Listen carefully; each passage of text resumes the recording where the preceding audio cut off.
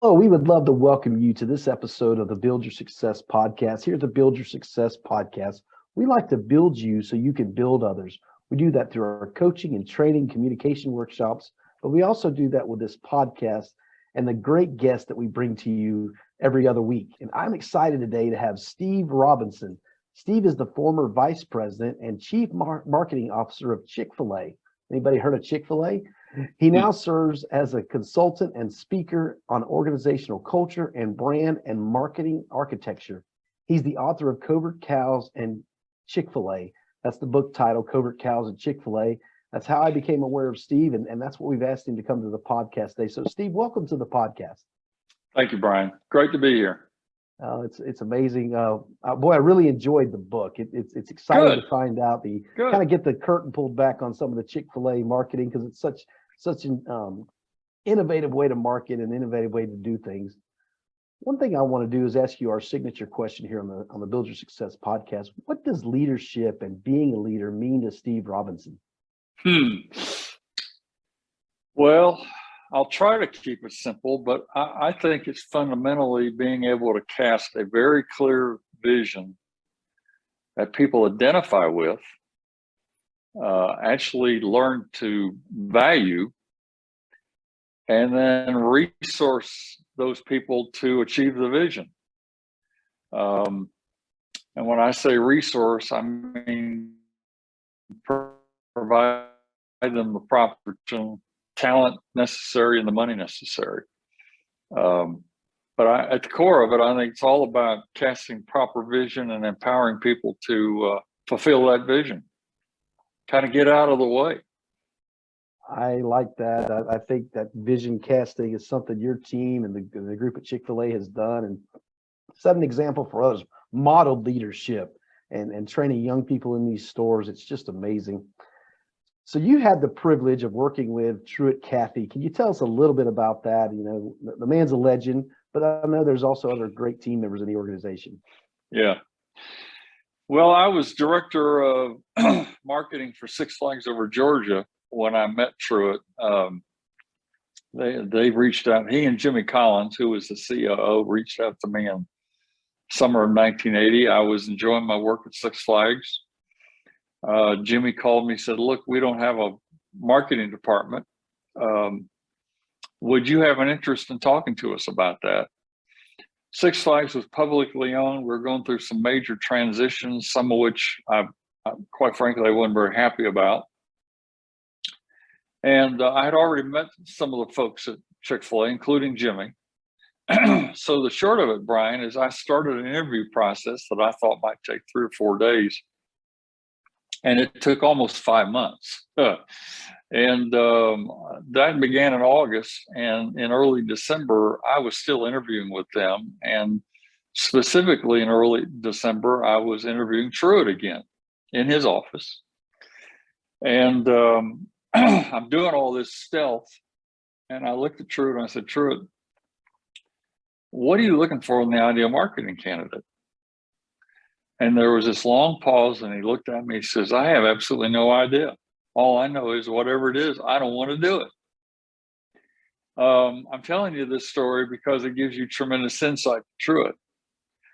Then he went on to say, "However, if we invite you here, it's because Jimmy and others think you can do the job. But I'm more concerned about who you are, because if we invite you here, I want to make sure we have fun together and that we can trust each other." Hadn't heard a lot of that in my interview process at other places. Then he added, he said, "And if we do invite you here, it's my expectation you'll never leave." Well, I never heard that anywhere else. And he said that my point, Steve, is that the most important decisions we make here are who we invite to join the organization. And so we're very patient in this process. He went on to say it'd probably be another couple of weeks before I'd hear anything. And it was. But that led to being invited to join them. I joined them in January of 1981. And I did get to work right alongside Jimmy and Truett.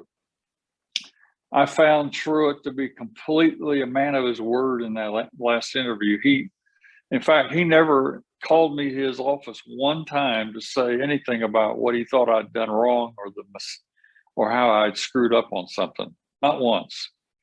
Now I made some mistakes, and in fact, I unpack a couple of them in the book. But if he trusted you, not just me, but if he entrusted you in the role that you were in, he left you alone. And his primary focus was on the purpose and the vision of the business. His passion was not wealth. It was not growth. His passion was attracting great talent to the business and helping people grow and helping people thrive. And he knew if he did that, then he would win. And he not only behaved that way, he repeatedly said it. I'm trying to create a win-win environment for every staff member and every Chick-fil-A operator. And I don't have any desire to tell people what to do day to day. Stay out of the way. And that was one of the first lessons I learned from Truett, was attract great talent and leave them alone. And then do what he did, and that's focus on vision and purpose and making sure the culture is in alignment with what's important to you as the leader, and in this case, him. And that was the kind of person he was. He was fun. He was humble. He really did not pursue wealth for growth and wealth's sake. Money did not motivate him. He truly was, even though it sounds cliche, he was a people person. And so as a result, I had an unbelievable career. I never had a desire to go anywhere else because he equipped me with the resources and the team members I needed to help grow the business, grow the brand. And every day I look forward to going to work. That is an amazing story. Of course, I've read the book, so I know more about the details of some of the things you mentioned there. So listeners, please get you a copy of this book. Again, it is Covert Cows and Chick-fil-A, and Steve Robinson's the author here. But one thing that comes out to me that, Jimmy Collins is another person on the team, president. Yes. And not everyone knows his name. I've been following him on LinkedIn for a few years now, and I realize the leader he is as well. Yes, It indeed. always takes a team to make things happen. Give us just a little insight about Jimmy and his personality. Well, Jimmy was a little more, how do you want to describe it? He was a little more analytical and results focused than Truett. I would say Jimmy's primary motivation, and after many years, I finally heard him say it once. He saw his role to do all the things that Truett didn't want to do. And in this, make Truett successful. And you know what? Great leaders realize that that's what they're there for, is to make their leader successful. And Jimmy had learned the very same thing I learned in that interview, that there were a lot of things that Truett didn't want to do. And so Jimmy went about figuring out how to get those things done, not necessarily doing them all himself, but attracting talent to get it done. And I was hired in the early 80s, as were 3 or 4 other key leaders that ultimately became part of Truett's executive committee. And that whole initiative was under Jimmy's leadership. And Truett had no problem saying, okay, Jimmy, I'll support you hiring a director of marketing or a real estate guy or a new CFO or whatever, if that's what it takes to not bother me, not be coming to me with a lot of operational day-to-day questions. Jimmy was a great student. He was a learner. He loved to read. There were years when he read 100 books a year. Like Truett, he was incredibly diligent in the interview and recruitment process. And if he hired somebody, he had your back, and he had my back many times, both when I was maybe creating trouble and other times when I was getting out there with some risky ideas. He had my back, and Truett had his back. And I think when you take those two guys, the yin and the yang of their personalities, where Truett's all about culture and maintaining the purpose of the business, and Jimmy's all about great execution and getting the things done to help fulfill Truett's vision. They were a great team, and with Jimmy's help, we had a really, really good executive committee that worked together almost 35 years. And Jimmy retired in 2001, but most of the executive members that he recruited stayed on in the business into the about like me, 2015, 2016, before there was any significant executive team turnover. So I always tell people there is no Chick-fil-A without Jimmy Collins. And Jimmy had no problem with Truett getting all the credit because, again, as I said, he saw his role as to make Truett successful. But Jimmy was the real catalyst of designing the processes and the systems to grow the Chick-fil-A business. That is great, and I know you were an influential and part of the team as well. So let's dive into some of that. Before we do, I want the listeners to take note, though, that you don't, when you're building a team, you don't want a clone of yourself. You need people that support you, and you need people that have strengths that you just frankly don't have. I have twin boys. They're now 23 years old, and I've taught them for a long time. People will pay you for what they don't want to do.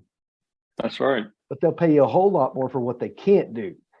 And so when you learn a skill or a trade and it's something that someone else can't do, then they'll pay you dearly for that. So just you know, get resourced and learn to do things and learn to supplement people that are becoming successful. Just a great story there. So when I read your book, there's 3 C's that come out to me: consistency, character, and culture.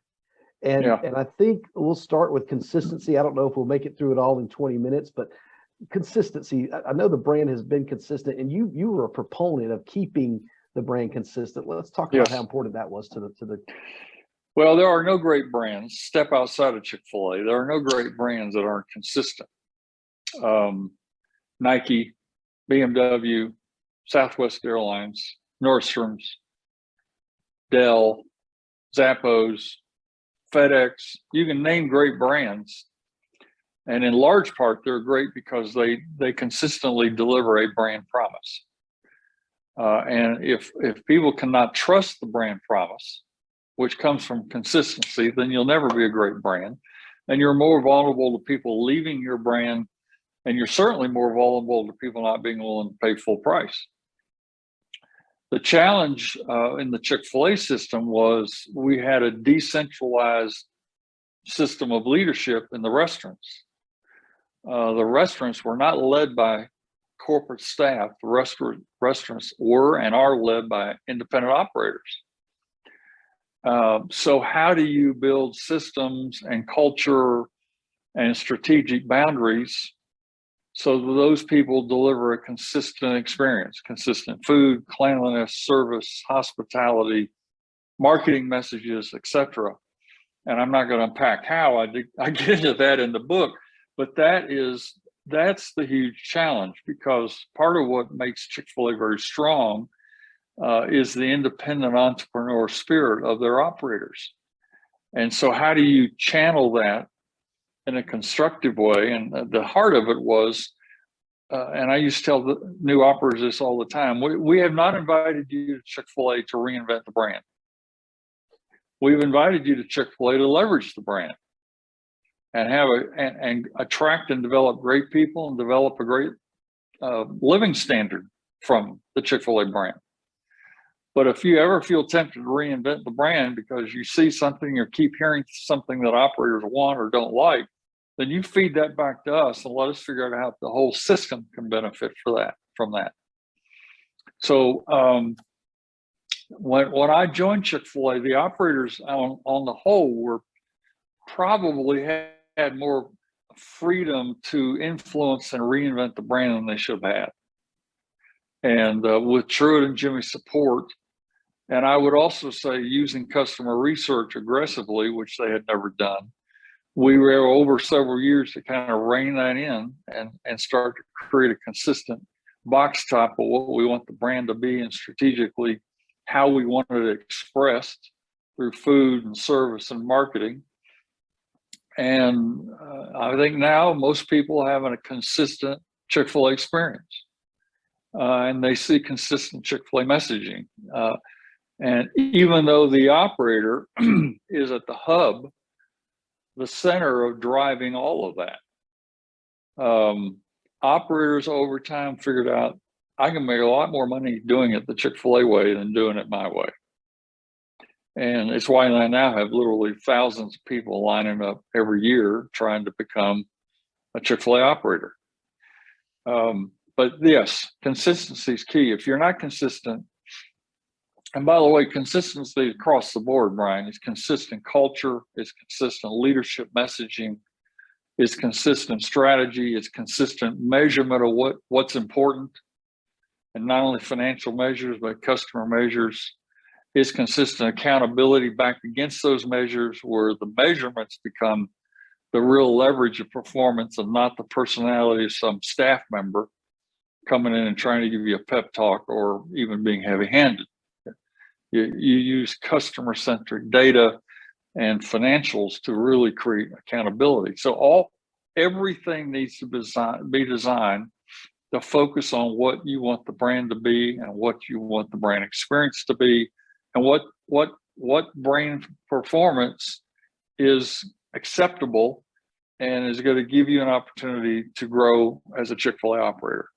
So it's a long answer, but it is cornerstone to the business. I have to agree, and I'll just share a personal story here. One time, me and my wife were traveling, and we pulled up to a Chick-fil-A. We wanted Chick-fil-A.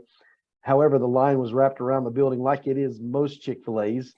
And I was like, I'm not getting in that line. She said, Brian, get in the line. You'll be amazed how fast it is.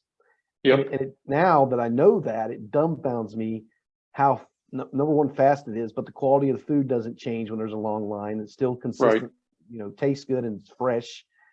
But the thing that gets me is sometimes that long line, 3 times the line of maybe someone else's line, and yet I may get through the line faster with the service. And in Florida here, Central Florida, where I live, these young people are standing out in this hot humidity to serve their clients and doing it with a smile. And it's just amazing that you have created an environment where they do that and they're committed to it. Yes. Well, I went through a store yesterday coming up to North Carolina, and it was hot. And I had exactly the same experience you just described. Again, the key, Brian, is 99+% of the time you go to any Chick-fil-A restaurant, you're going to have that same experience. It was designed. The infrastructure, the systems were built to deliver it. The training was built to deliver it. The operators go out and recruit the right talent to execute it. And the customer benefits from an experience that fundamentally starts, again, I'll say it again, fundamentally starts because they have an empowered entrepreneur leader in every restaurant who cares about every customer, every team member, every guest experience. They're not absentee owners, they're on site. That's amazing.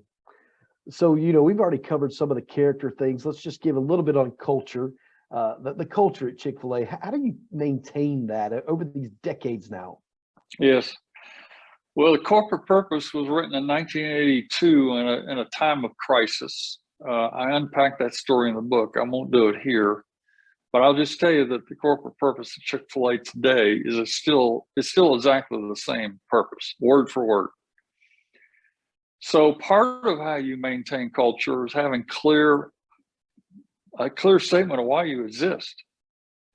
And that's fundamentally what the corporate purpose of Chick-fil-A is, to glorify God by being a faithful steward of all those entrusted to us and have a positive influence on all who come in contact with Chick-fil-A. That is their purpose. Everyone knows it. Leadership talks about it all the time. Meetings, seminars, videos reinforce it all the time. Over time, it becomes a litmus test for major decisions, major investments. Is this initiative going to honor God? Is it going to be good stewardship? Is it going to help people? So number one, having a very clear purpose is crucial. And I'm amazed at how many organizations do not have a clear purpose. Or if they do, leadership really doesn't follow it.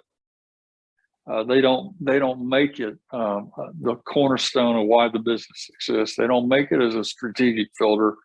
And so people figure out, well, it's not really important.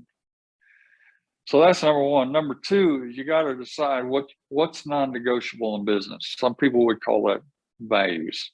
I like to say, what is it you're going to fall on a nail over? Issues of integrity, value, fairness, having fun, stewardship. Those are just some of what Chick-fil-A's are. People have to know how to make decisions, not only on the issue of why we exist, but what is the value message implicit in the decisions we make and how we execute our business. Again, leaders need to be talking about and reinforcing those things all the time. So, for example, one of them is customers first. Well, how does a leader reinforce that? Tons of ways. I'll just give you one. We had a leadership habit for anyone visiting a Chick-fil-A store, whether you're on an official visit or not. If you go in the dining room, you walk in the door, you don't turn to the right to introduce yourself to the operator or team members. You walk in the door, you turn left, you turn into the dining room, you walk around, you look at what people are eating, what kind of experience they're having, how clean is the restaurant, are the tables being served, are drinks being refreshed, is trash not laying around, are people having fun? And by the time you just circle the dining room for 60 seconds, you have a sense of the guest experience in that restaurant. But what you're really communicating to the operator is, there may be a lot of reasons I'm here and I want to speak to you or visit with you, but none of that's more important than what's going on in your dining room or your drive-thru right now. Customer source. So literally the behavioral leadership reinforces those values. And I think, and I'll say this and then quit on that topic, I think one of the reasons organizations have so much trouble building consistent culture around purpose and clear values is they have too much turnover in leadership. When you have CEOs and CFOs and chief marketing officers coming and going every 3 to 5 years, it is very difficult to be clear and consistent, consistent about why you exist and what's really important. The new leaders come in and they want to rewrite everything. And people get confused. And finally, what they do is they just focus on executing their functional responsibilities, and they don't have their head up looking at what's really important. They're looking at just their job. So it all starts and stops with leadership. If you want to have a great culture, leaders have to make it a priority. That's amazing. You know, here we are out of time on the podcast. I have several more things I want to discuss with you, so I may have to bring you back. But for the listeners, you know, I wrote down some things you can find out in the book: iconic brand, innovation. When you find out that Chick-fil-A has an innovation lab and this full-scale thing that's great. And more than one now. More than one lab now. More than one. And then and Steve alluded to it, but it's in the book, so you got to get the book now because we can't cover it. But the $2 million mistake, you got to read that in the book. So Steve, where can they find the book? Where can our listeners find your book? Well, it's available on Amazon. I think Barnes & Noble still have it. If you want a large order of books, Bulk Books carries it. You get a discount buying a case. So it's out there. That's great. Well, we appreciate having you on the podcast today, and I hope all the listeners will grab that book. I want to encourage you to grab our book, Voices for Leadership. You know, I asked that question, what does leadership and being a leader mean to you? And after doing that many times now, I realized everyone has their own answer for that. And so we put together 40 authors for volume 1. We're putting together volume 2 now. We're so excited about. We've created a community. So if you want to find out more about that, go to vflcommunity.com, get a copy of our book, and join our community. Thanks for listening to the podcast today. Remember to build yourself and then build others.